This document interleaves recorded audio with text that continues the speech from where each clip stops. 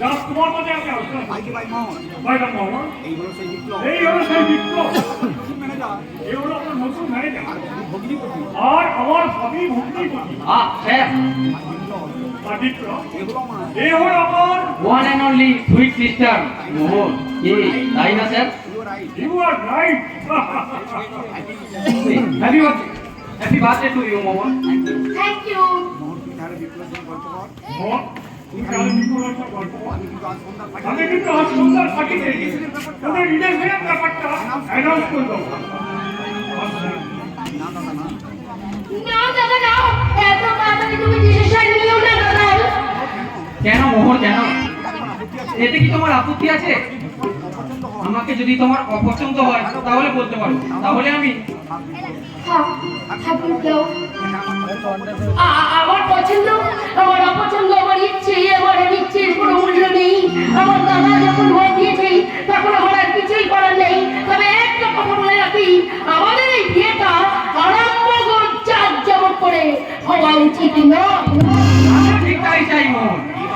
বিয়েতে অযথা পয়সা খরচ না করে সেই টাকা আমি গরিব মানুষদের একবেলা খাওয়াবো, নয়তো বৃদ্ধাশ্রমে গিয়ে বয়স্ক বাবা মাদের বস্ত্র বিতরণ করবো। তোমার চিন্তাধারার সাথে আমার চিন্তাধারা মিলেমিশে একটা কারণ হয়েছে, তাই আমি বলি তো সরি।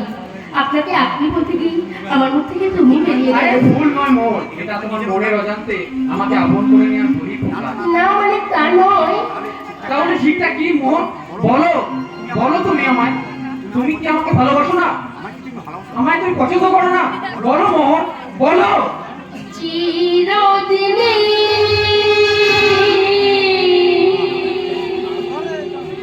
তুমি যে আমার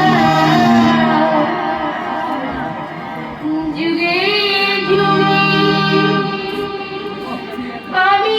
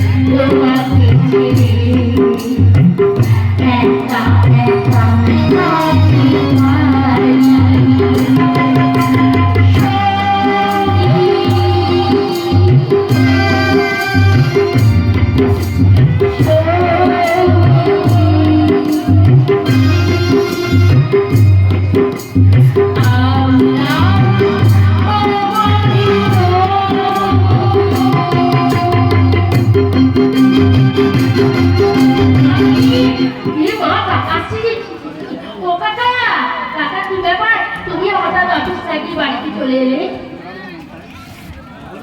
হ্যাঁ রাখবো না স্যার। আবার তুমি বলছো মেম সাহেব, তোমাকে আমি কতবার বলেছি না আমায় তুমি মেম সাহেব বলে ডাকবে না, কেন না কতবার কি মনে থাকে না আমাকে তুমি মোহন বলে ডাকবে। ঠিক আছে মা, ঠিক আছে, এবার থেকে তোমার মোহনমাই বলবো। ঠিক আছে, এবার বলো তো তুমি হঠাৎ কেন বাড়িতে চলে এলে অফিসে নাকি? রিজাইন লেটারটা জমা দিতে। Resign letter? হ্যাঁ, কেন? অফিসে গিয়ে তোমার বাবাকে দেখতে পেলাম না, তাই এই বাড়িতেই চলে এলাম। মামনি, তুমি কি চাকরি ছেড়ে দিচ্ছ কথা? সর্বনাশ, একটা চাকরির জন্য মানুষ সময় পাঠলে মরে, আর তুমি স্বেচ্ছায় এই চাকরিটা ছেড়ে দিচ্ছ। নিজের ইচ্ছায় আমি চাকরি ছাড়িনি মোহন। তবে আসলে আমার একমাত্র ছেলে একটা মস্ত বড় কোম্পানির ম্যানেজার চাকরি পেয়েছে। কাকা, এখন আর এই বুড়ো বয়সে আমাকে চাকরি করতে দিতে চায় না। সত্যি কাকা, তোমার ছেলে কিন্তু ভীষণ ভালো মনের মানুষ। এই রকম ছেলে প্রত্যেকটা মায়ের গর্ভে যদি জন্ম নিত, তাহলে কিন্তু পুরো বয়সে মা বাবাকে আর ওই বৃদ্ধাশ্রম থেকে তুমি ঠিক বলেছো বড়মা, আমার ছেলেটা খুবই ভালো। কাকা, সে তো নিজের চোখে দেখেছে, তাকে ইঞ্জিনিয়ারিং পড়াতে আমার কতই না কষ্ট হয়েছে। সামান্য এই চাকরির মাইনে চলতো না বলে রাতের পর রাত জেগে আমি ওভার ডিউটি করেছি। যা সে কথা, চাকরিটা ছেড়ে দিয়ে সত্যি এবার আমি খুব খুশি থাকবো। কিন্তু কাকা একটা কথা দেখো, তুমি চাকরি ছেড়ে চলে গেলেও আমরা কিন্তু তোমাকে ছাড়বো না। খুব তাড়াতাড়ি আমার বিয়ে, আর আমার বিয়েতে তোমাকে কিন্তু আসতেই হবে। নিশ্চয়ই আসবো মোহনমা, নিশ্চয়ই আসবো। তোমার বিয়ে আর আসবো না?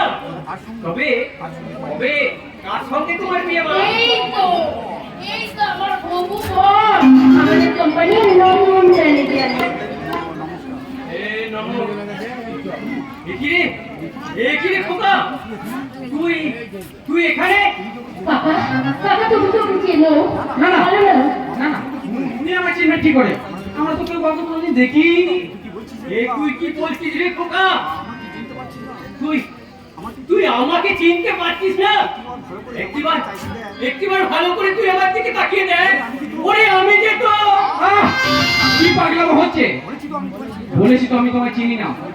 দেখো, আমি বলছি তুমি একটু ভালো করে ভেবে দেখো তো, হয়তো অন্য কোথাও অনেকদিন আগে তোমার সাথে দেখা হয়েছিল, তোমার হয়তো মনে পড়ছে না।